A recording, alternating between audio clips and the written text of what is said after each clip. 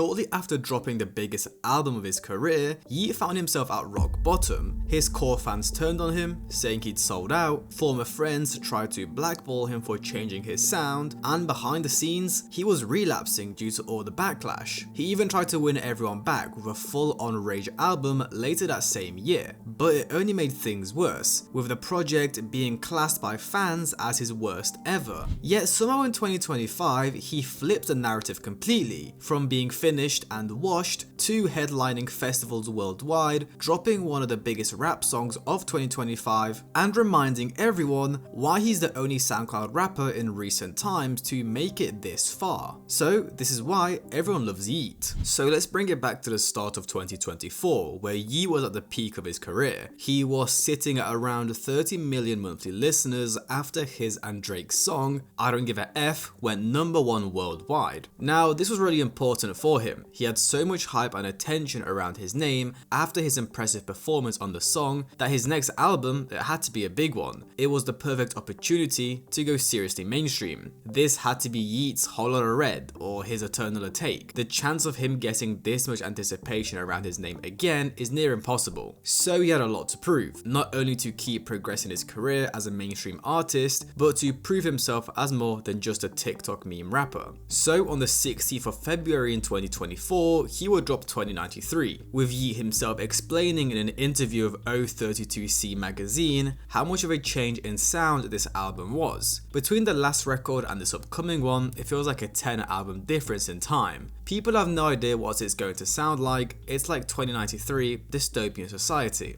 Unlike his previous albums where Yeat was rapping on tragic and Benny X rage beats, Yeat dropped a Travis Scott-esque, futuristic, experimental album, something no one really thought he was capable of. Now, 2093 would end up debuting at the #2 spot on the Billboard 200 albums chart, selling a very impressive 73k first week. But the issue was, this album had a very mixed reviews, with it really splitting Yeat's fanbase in half. While some fans enjoyed the more lyrical, cyberpunk style of music, a lot of OG Yeat fans were upset he abandoned his old sound, especially considering the fact 2093 wasn't the original album that was supposed to drop. At first, Yeat planned to drop Lifestyle, which fans refer to as Lifestyle V1, not to confuse it with the actual Lifestyle released album. On this Lifestyle V1 project, he was supposed to drop trending snippets such as Lil Crazy and Time Passed. We never got a real reason why this project didn't drop, but if I had to guess, it would be because around this time, Yeat was facing a lot of criticism for making the same old rage music with Benny X over and over again, similar to what Ken Carson is facing right now, constantly dropping grungy rage music. Some of this do sound repetitive. Okay. It don't matter though, man. I feel like he gonna evolve. Like once it come out, it's gonna be good, bro. These just snippets. He see what they fuck with, what not. Some fans even started suggesting Yeat needs to get back on substances just to make his music better again, which is pretty insane. And I mean, if you didn't know, 2093 was the first album Yeat did sober, with the majority of the project being him describing his battles with substances. And it seemed like the backlash really got to Yeat, as shortly after the release of 2093, he would try returning to his previous style. On the 3rd of May, he would drop a 2-pack of songs, King Tonka and Heavy Stunts. 2 songs which were new songs, but definitely nothing like that 2093 sound. But this only made matters worse, as even though he returned to his old geeker sound, it wasn't the same. So think about it, he was in a very sticky position. The new fans he gained from 2093, they didn't like this rage sound. And then his OG fans that like the rage sound, well, these new songs he just dropped, they don't hit the same. Some fans even pointed out that in an Instagram live snippet, there was a line of sugar on the table, seeming like Yeat was unfortunately back on substances, potentially due to the backlash from his own fans. Even some of Yeat's friends in the industry began calling him out for this. Can tweeted, "Fella start making that EDM and lost his fans, now MFers trying to be buddy again, SMH. When will you realise that formula will never work? Use black, then make white music, then go back to blacks when MFers not F with it. It only works for Post Malone, that's it." And it wasn't just Can. Yeat's biggest competitors, Opium, also started dissing him, with it seeming like everyone was turning on Yeat. Let's just say this was a quite difficult position in his career. Whilst 2093 was a huge success, with songs like If We're Being Real and Breathe being two of his biggest songs with hundreds of millions of streams, he was also facing pressure from a lot of his fans and underground listeners in general to return to his old style. So, in an attempt to prove everyone wrong and show everyone he's the greatest, Yeat would announce on his Instagram story that he would be dropping 2 full-length albums this year. And if you know Yeat's work ethic, that wasn't even a surprise, because back in like 2021, he dropped 3 albums, in 2022 he dropped an album and a deluxe, and an EP. He's just built different. So this brings us on to Yeat's Lifestyle, released in the October of 2024, his second album of the year, featuring the likes of Summers, Don Toliver, Kodak Black and Lil Durk. Yeat dropped a full Rage project, a full 180 from the album he dropped just 8 months ago. However, it didn't end up working out like he wanted it to, as this project also had very mixed reviews. The quote-unquote OG fans were pleased Yeat returned to the Rage style, but again, it really wasn't the same, and felt like a worse, dumbed down and less exciting version. And then his newer fans that actually enjoyed 2093, they weren't interested in this at all. I think Anthony Fantano, and I know a lot of people don't like him, but he explained it perfectly. It's like he regressed. And even though Lifestyle here is coming out not that much long after, I still went into this project with high hopes. But I guess I should have known better, because if you are at all familiar with Yeat's catalog and trajectory,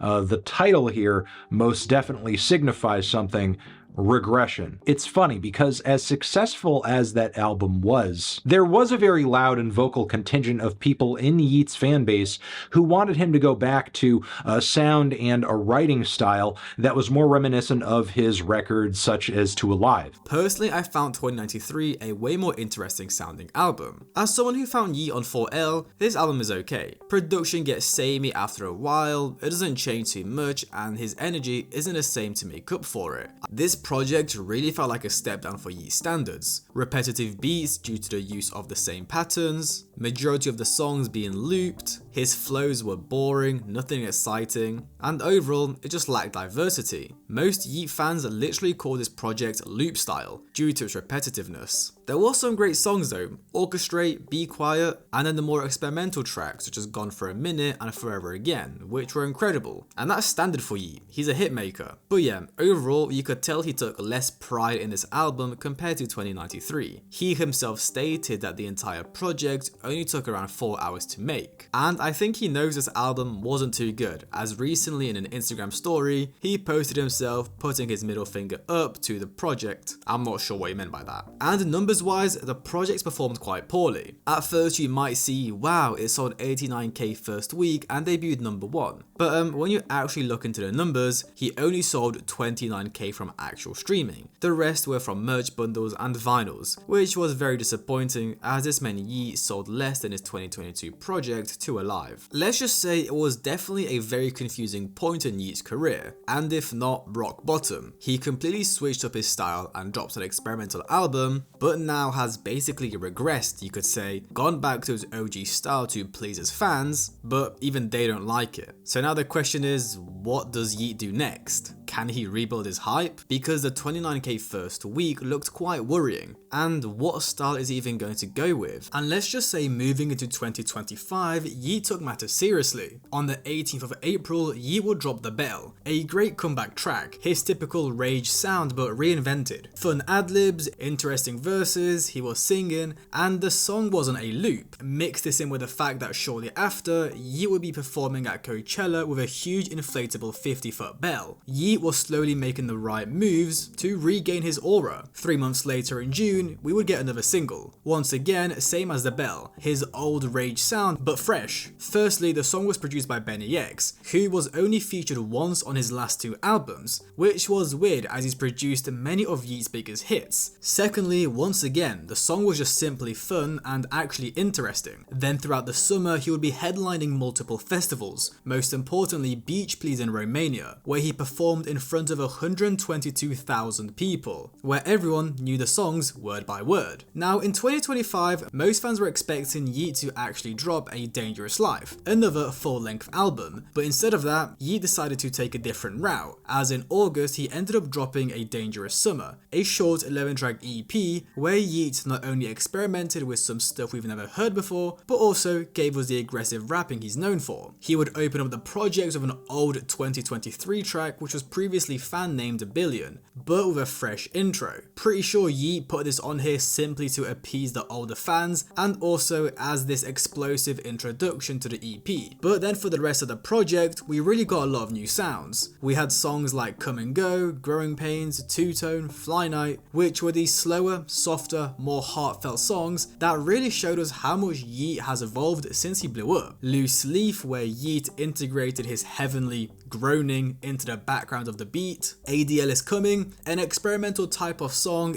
teasing us for what's to come on his next album. Overall, this project was very impressive. It seemed like everyone loved it. And even if you didn't like the entire thing, due to the range of sounds, there was definitely a song for you. The project ended up selling 34k first week, with 18,000 of those coming from actual streams, which honestly isn't bad for a surprise drop EP with no rollout. But what was the most impressive part about this project was Come and Go, which is slowly growing to be one of Yeat's biggest songs. On the 17th of October, Come and Go had its biggest day ever on Spotify, with 901,000 streams in a single day, surpassing songs such as Nokia, Anxiety and Dark Thoughts, making it one of the highest streamed rap songs released in 2025, with it currently sitting on just under 50 million streams, currently his #1 song on Spotify, which is insane considering it only dropped 2 months ago. In a year or so, I wouldn't be surprised if this song is sat on 200 or maybe 300 million streams. It's a banger and is growing rapidly. And I think this is such an important song for Yeat because it's proof that he's here to stay. He's had multiple hits with his Rage style, multiple hits with his 2093 style, and now a brand new hit with Come and Go, which I guess is like a mix of singing and rapping, this new A Dangerous Life era. It's really nuts how versatile he is. He's not just another TikTok rapper that is hot for a year or two, that will get stale and fall off. He's here to stay and thrive for many more years to come. And it isn't only Come and Go that is blowing up, Two Tone and Put It On God are also two of Yeat's highest streamed songs right now. But even though Yeat just dropped an incredibly successful project, he wasn't done. Just a couple weeks later, he would appear in Drake's Iceman episode 3, where they would then drop Doghouse with Julia Wolf. This song wasn't the hit I was personally hoping from them.